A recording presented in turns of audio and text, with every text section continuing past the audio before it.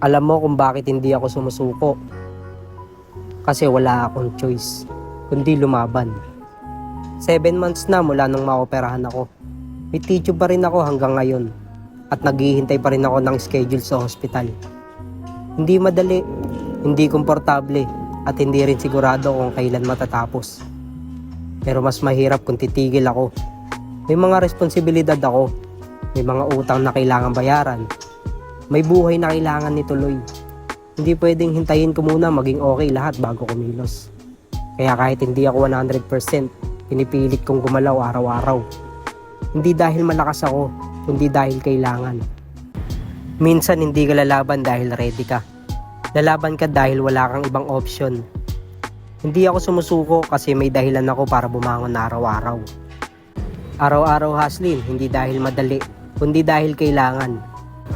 Paano mga tol, kita-kits ulit tayo sa susunod na episode. Mag-iingat kayo palagi, stay positive.